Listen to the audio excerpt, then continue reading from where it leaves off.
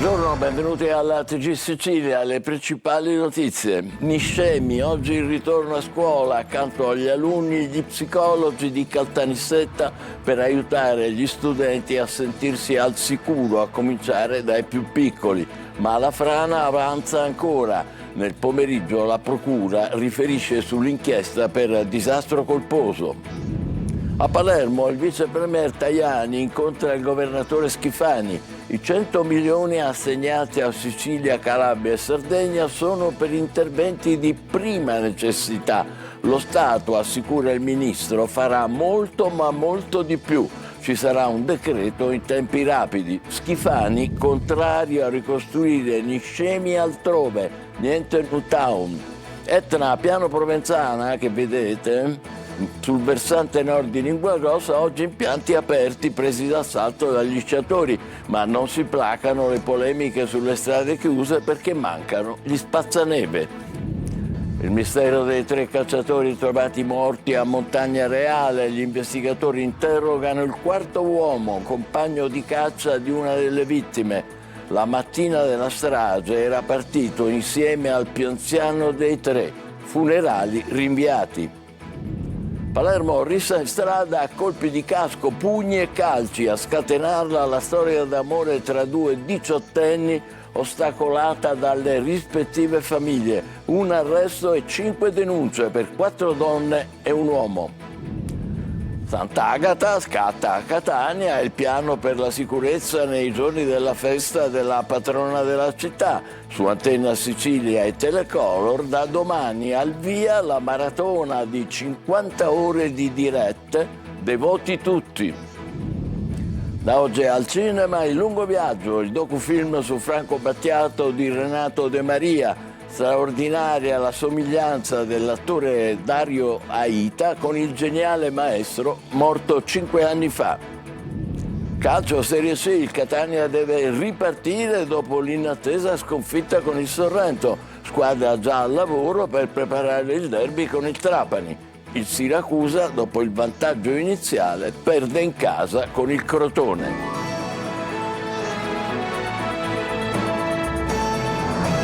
Bentrovati, a Niscemi riaprono le scuole a poco più di una settimana dalla frana che però non si ferma. Psicologi in classe con gli alunni, in corso la verifica dei beni culturali danneggiati, nel pomeriggio il punto sulle indagini per disastro colposo da parte del procuratore di Gela, Gerri Italia. Niscemi riparte dai banchi di scuola. Una settimana dalla frana che ha ferito il cuore del centro storico per molti bambini. Oggi è il primo giorno di rientro in classe dopo giorni di paura e incertezza. Zaini sulle spalle, mani strette a quelle dei genitori, occhi curiosi ma ancora un po' timorosi. Le scuole fuori dalla zona rossa riaprono mentre restano chiusi i plessi Belvedere, Don Bosco e San Giuseppe, ancora considerati non agibili. Per garantire il ritorno alle lezioni è stato necessario un vero e proprio trasloco. 17 aule spostate e studenti redistribuiti in altri edifici scolastici. Al Plesso Alessandro Manzoni, una delle scuole che ha ospitato i bimbi sfollati, si respirava molta emozione. Tornare a scuola oggi diciamo che è come un'esperienza diversa perché non siamo di nuovo nella nostra scuola. Non poter entrare più nella nostra scuola non è una cosa bella. Qua ho tutti i miei fratelli. Qua vorrei stare tutto l'anno. Accanto agli alunni, sin dal primo giorno ci sono anche gli psicologi dell'azienda sanitaria provinciale di Caltanissetta. L'obiettivo è quello di restituire ai bambini routine, sicurezza e senso di normalità, lavorando attraverso il gioco e la relazione con gli insegnanti. La gioia più grande è che siamo insieme con i ragazzi, che siamo nella nostra scuola, che siamo stati accolti non bene ma benissimo. Un rientro reso possibile dopo giorni complessi, segnati anche dalla chiusura dell'intera rete del gas cittadina. È sicuramente un giorno di ripresa dopo 15 giorni di lavoro alacre per far sì che i nostri alunni potessero ritornare alla quasi normalità. Questo ci rende gioiosi e fieri di quel lavoro che abbiamo svolto. Intanto nel centro storico la situazione resta delicata. La frana è ancora in movimento, anche se con un rallentamento, e continua il monitoraggio dell'area. Negli ultimi giorni parti di edifici già compromessi si sono staccate finendo nel vuoto, a testimonianza di una ferita ancora aperta. Ma oggi, almeno tra queste aule, Niscemi ha ricominciato a respirare e lo ha fatto partendo dai suoi bambini. Per i primi interventi di emergenza maltempo non ci saranno soltanto i 100 milioni destinati a Sicilia, Calabria e Sardegna. Arrivano nuovi ristori dedicati alle categorie produttive colpite dal ciclone Ari e dai disastri più recenti. Lo ha annunciato a Palermo il vice premier Tajani incontrando il presidente della regione Schifani. Maglio Viola. Un pacchetto di 315 milioni di euro di aiuti indiretti, ovvero attraverso sospensioni e rinvii di pagamenti, prolungamenti gratuiti di polizze assicurative e tanto altro. Sono interventi destinati alle imprese di Sicilia, Sardegna e Calabria impegnate nelle esportazioni danneggiate dal ciclone Harry. A metterli in campo la Farnesina attraverso le 3 società che si occupano del commercio estero. È stato il ministro degli esteri Antonio Tajani, insieme ai funzionari delle agenzie ministeriali e a Cassa Depositi e Prestiti, a presentare il pacchetto al presidente della regione Renato Schifani e alle imprese siciliane. Interventi che si aggiungono ai 100 milioni di euro deliberati dal Consiglio dei Ministri per le prime emergenze, ma che raggiungono una specifica categoria produttiva. Il pacchetto più consistente è quello che mette in campo contributi a fondo perduto per i ristori, condizioni agevolate per l'accesso al fondo per la transizione digitale e la possibilità di chiedere l'esenzione dalla presentazione di garanzie a fronte dell'erogazione di contributi e prestiti. Ci sono poi rinvii dei pagamenti delle rate delle polizze assicurative scadute o in scadenza, con moratorie fino a 12 mesi, proroga gratuita di 6 mesi per le stesse polizze e un call center dedicato, mentre l'ICE, l'Istituto del Commercio Estero, offre partecipazioni gratuite a fiere, consulenze e promozioni estere fino a un valore massimo di 1,5 milioni di euro per la sola Sicilia. I provvedimenti partono dalla considerazione del valore dell'export siciliano, pari a quasi 33 miliardi di euro per gli interscambi commerciali nel 2024 e un export netto di quasi 13 miliardi e mezzo di euro nello stesso anno. Etna, a Piano Provenzana, sul versante nord di Linguaglossa, oggi impianti aperti presi d'assalto dagli sciatori, ma non si attenuano le polemiche sulle strade chiuse per mancanza di spazzaneve. Luca Ciliberti. Impianti aperti a Etna Nord. Dopo la falsa partenza di sabato scorso, mezza giornata di sci prima dell'arrivo del maltempo, il versante di Piano Provenzana prova ad approfittare della neve caduta copiosa in questi giorni per far partire la stagione sciistica. Al momento resta chiusa solo la pista anfiteatro per una formazione di ghiaccio che metterebbe a rischio anche gli sciatori più esperti. Stamattina, nonostante la giornata lavorativa, in molti si sono riversati sulle piste con la seggiovia Pusciò-Tanaurpi e gli ski lift Coccinelle e Monteconca, che hanno cominciato a lavorare di buon mattino all'apertura. Restano invece le polemiche dopo i 2 giorni di maltempo che hanno messo a dura prova il sistema Etna. Mare neve bloccata a causa del ghiaccio, incidenti, parcheggi insufficienti e soprattutto mancanza di spazzaneve e spargisale in grado da rendere fruibili le strade di collegamento con Linguaglossa, Piano Provenzano e Nicolosi. Sul versante sud, infatti, la strada provinciale che da Nicolosi porta fino al rifugio Sapienza è stata chiusa al traffico a Piano Bottaro. In una nota il deputato nazionale del Partito Democratico Anthony Barbagallo parla di interruzione di pubblico servizio, perché sull'Etna gli spalaneve e i mezzi spargisali dovrebbero essere attivi 24 ore su 24 e lavorare anche la notte, soprattutto durante e in seguito a violente precipitazioni e caduta di neve abbondante. Nella settimana di Sant'Agata, prezioso attrattore di flussi turistici nel periodo invernale, la disorganizzazione e la mancanza di programmazione da parte di tutti i soggetti pubblici e istituzionali preposti a garantire una corretta fruizione dell'Etna espongono il territorio a critiche, come sottolinea Barbagallo, e a brutte figure internazionali. Il mistero adesso dei 3 cacciatori morti sui Nebrodi, funerali rinviati e indagini che si concentrano sul 4º uomo che sarebbe stato presente nella zona degli omicidi. Orazio Longo. La zona è off limits giorno e notte. Oltre agli esami sui cadaveri, gli inquirenti continuano a cercare indizi sul luogo della strage. Chiarire chi quella mattina si trovava in zona, assieme ai 3 cacciatori trovati morti a Montagna Reale sui Nebrodi nel Messinese. Un contributo potrebbe arrivare dall'analisi dei numeri di cellulare che si sono agganciati alle celle telefoniche presenti nell'area. Rimane da chiarire la presenza del 4º uomo, il compagno di caccia di Antonio Gatani. Agli inquirenti sembra che abbia confermato che quella mattina era partito insieme all'amico vittima per andare a caccia, ma che poi l'avrebbe lasciato da solo. Ulteriori elementi potrebbero emergere dagli esami balistici e dai dati del GPS del cane di Catani, rimasto, e questo è un fatto che suona singolare, in auto durante la battuta di caccia. Dalle prime indiscrezioni sembrerebbe che nessuna delle ferite da arma da fuoco fosse compatibile con un omicidio-suicidio. La certezza potrebbe arrivare dall'esame dei proiettili recuperati se questi non dovessero appartenere a nessuno dei 3 fucili presenti sul luogo del delitto. E sono slittati anche i funerali. Le onoranze funebri avevano già sistemato i corpi nelle bare e affisso i necrologi, ma le esequie dei fratelli Giuseppe e Davi Spino, di 44 e 26 anni, e dell'82enne Antonio Gatani sono state rinviate a data da destinarsi. Alle famiglie è stato comunicato che le salme restano a disposizione dell'autorità giudiziaria, che non ha ancora concesso il nulla osta. L'autopsia ha escluso l'ipotesi di suicidio o incidente. Tutte e 3 le vittime sono state colpite frontalmente da colpi d'arma da fuoco, uno dei quali esploso a distanza ravvicinata. La dinamica dell'omicidio e l'identità dell'assassino restano al momento un mistero. A Palermo l'amore tra 2 diciottenni scatena la faida tra 2 famiglie. Rissa in strada con 15 persone coinvolte. Ad avere la peggio 2 donne. Una è ricoverata con il naso rotto, l'altra ha una ferita a un orecchio. Marco Gullà. Calci, pugni, anche colpi di casco. Una notte di violenza a Palermo, in via Monfenera, nei pressi dell'ospedale civico. Una storia d'amore tra 2 diciottenni, ostacolata dalle rispettive famiglie che dopo i primi screzi si sono affrontati per strada. E di un arresto e 5 denunce il bilancio di una rissa in cui sono state coinvolte una quindicina di persone, scoppiata nel cuore della notte in via Monfenera. Ad avere la peggio sono state 2 donne. Una è stata portata in ospedale con il naso rotto, mentre l'altra ha riportato una ferita a un orecchio. Il primo round è stato di mattina con uno screzio avvenuto nella zona del mercato di Ballarò. Poi, la sera alle 22, la situazione è definitivamente degenerata. Dalle parole si è passate alle mani e la strada si è trasformata in un ring improvvisato che ha coinvolto 15 persone. Quando sono arrivati i carabinieri, la situazione si era calmata, ma l'uomo di 32 anni ha tentato di riaccendere lo scontro, cercando di avventarsi contro alcuni dei contendenti. Fermato dai carabinieri, ha tentato di aggredirli, da qui l'arresto che è stato convalidato dal GIP di Palermo. Carlentini, papà, mi stanno sparando. La chiamata shock ricevuta dal padre del ragazzo che era alla guida dell'auto crivellata da una raffica di colpi di pistola nel Siracusano. A bordo c'erano anche 2 amiche, una delle quali è rimasta ferita. Al nostro TG il racconto di quei momenti di terrore. Francesco Aloi. Lascia immaginare all'1:15 già di notte una chiamata di un figlio che dice papà vieni, mi stanno sparando.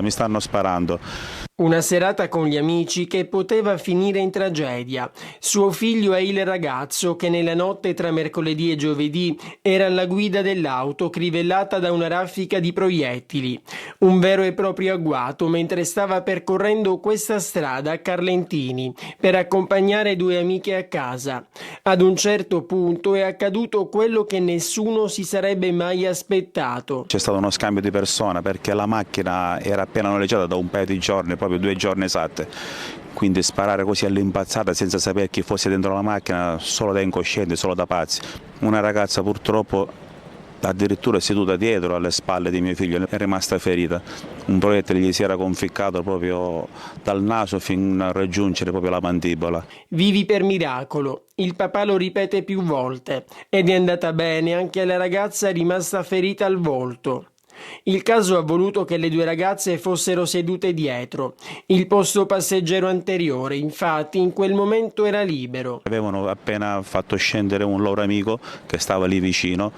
E appena sceso lui, manco 2 minuti, si sono trovati crivellati di colpi.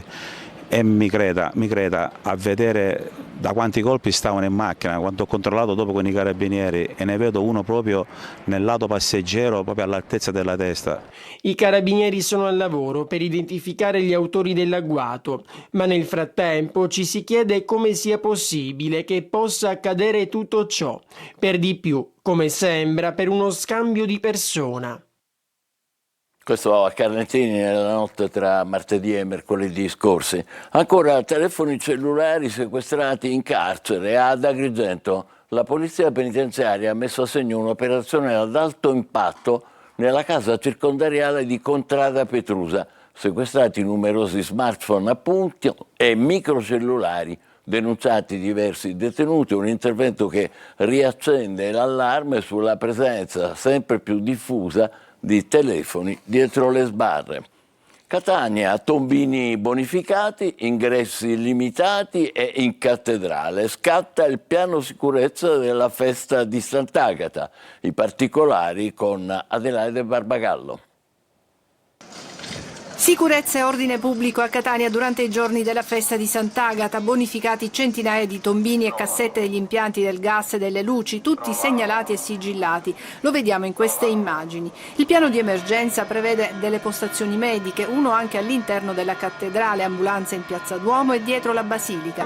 L'ingresso dei fedeli in cattedrale avverrà dall'accesso laterale attraverso il cancello di via Vittorio Emanuele. La capienza massima prevista è di 3.000 persone per la messa dell'Aurora e di 2.500 per il pontificale. Monsignor Barbaro Scionti smentisce le voci riguardanti i presunti ingressi a pagamento per la partecipazione alle celebrazioni religiose in cattedrale. Desidero smentire queste voci che sono false per ricordare che in cattedrale si entra e si può entrare per pregare per le celebrazioni sempre e soltanto gratuitamente. È stato così, è così e continuerà ad essere così anche dopo le celebrazioni di Sant'Agata. La Candelora d'Oro quest'anno è stata consegnata al Comune al sovrintendente del Teatro Massimo Bellini, Giovanni Cultrera di Montesano. Sant'Agata è Catania, Catania è Agata, per cui rappresentare la cultura e ciò che esprime, ciò che vuole dire nel nome di Agata è sicuramente una grande gioia, ma al contempo inizia una grandissima responsabilità. Il Comune di Catania ha introdotto tariffe taxi agevolate per favorire la mobilità e ridurre il traffico nel centro storico. Fino al 6 febbraio, dalle 10 alle 20,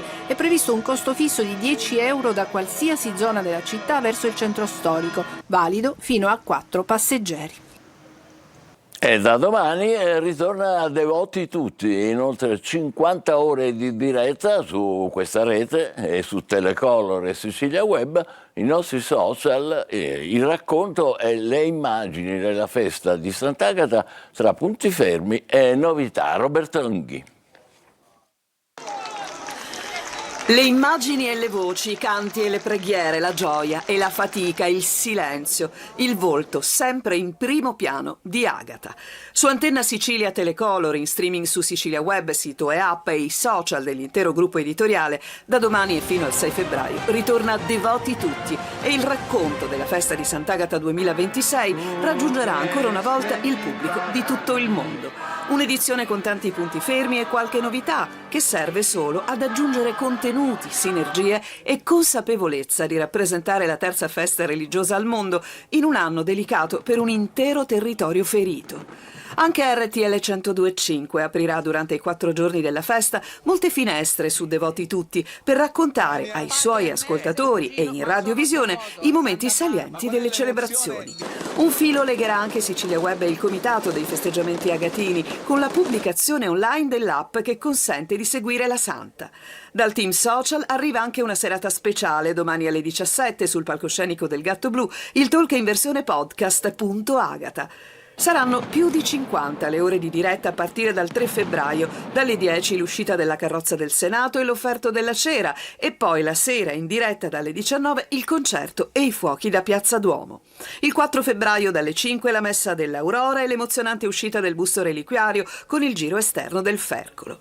La giornata clou del 5 febbraio si aprirà in diretta dalle 10 con il solenne pontificale. Dalle 16 si attenderà l'uscita di Sant'Agata dalla cattedrale per poi iniziare a seguire il giro interno. Il 6 febbraio dalle 5 si tornerà in diretta per la salita di San Giuliano, il canto delle monache benedettine e il rientro in cattedrale. Come tutte le attese di un incontro speciale, in queste ore i devoti preparano il sacco, la scozzetta, i guanti e il fazzoletto, pronti a raccogliere l'invito del capovara Claudio Consoli a rafforzare il grido all'unisono. E viva Sant'Agata, siamo tutti devoti tutti. Intanto arriva l'app del Comune di Catania che stabilisce un canale di comunicazione diretto con l'amministrazione. Attraverso quest'app si potrà essere aggiornati su notizie, comunicazioni istituzionali, scoprire eventi e iniziative culturali, accedere ai servizi comunali online, consultare il calendario della raccolta differenziata. Si potranno inoltre ricevere bollettini di protezione civile e avvisi di pubblica utilità. Naturalmente in occasione della festa di Sant'Agata ci sarà anche una sezione dedicata. L'app è quella che avete visto, Comune di Catania. La vita di Franco Battiato diventa un docufilm. Il lungo viaggio, diretto da Renato De Maria, ripercorre l'infanzia e la geniale evoluzione del talento musicale del maestro. Al cinema da oggi a mercoledì. Desiree Ferlito. Io da oggi ho deciso che farò successo. La vita di un genio, la voce di un maestro, il racconto del viaggio interiore di un personaggio eclettico, difficile da interpretare, impossibile da decifrare. Il lungo viaggio è il film sulla vita di Franco Battiato, non solo un cantautore, ma il guru della musica italiana.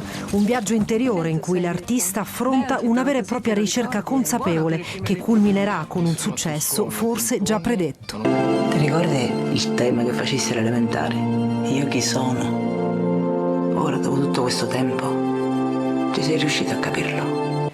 Al centro della trama è il racconto della sua infanzia, il difficile rapporto con il padre e l'evoluzione del suo talento musicale e alcuni degli incontri professionali più significativi che hanno plasmato la sua carriera come artista e il suo spirito unico e creativo. Io sono un fantasma post-apocalittico venuto dal futuro, ma... Colpisce ed emoziona la straordinaria somiglianza con Battiato dell'attore Dario Aita, che ha dichiarato di aver cercato di captare anche la postura interiore di Battiato, il che ha reso la sua interpretazione unica e autentica. È possibile che la nostra esistenza, quello per cui viviamo, sia solo questo? Già in programmazione nelle sale cinematografiche fino al 4 febbraio, il lungo viaggio è un omaggio emozionante che prova a sintetizzare un'esistenza complessa come quella di Battiato e lascia la sensazione che resti ancora una figura inafferrabile. Via, fai partire. Cerco un centro di gravità permanente che non mi faccia mai cambiare idea. Da oggi fino a mercoledì nei cinema. Tra poco, dopo la nostra pausa per il calcio, le riflessioni del Catania dopo la brutta sconfitta con il Sorrento. State con noi.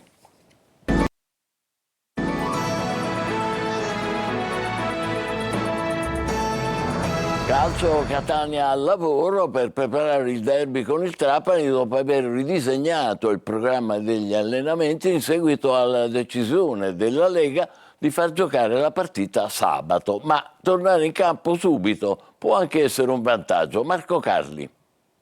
Interrogarsi e ripartire. In tal senso la decisione che fa discutere, presa dalla Lega, far giocare la gara col Trapani sabato, può aiutare il Catania, perché dopo una sconfitta la cosa migliore è tornare presto in campo e ricominciare da capo.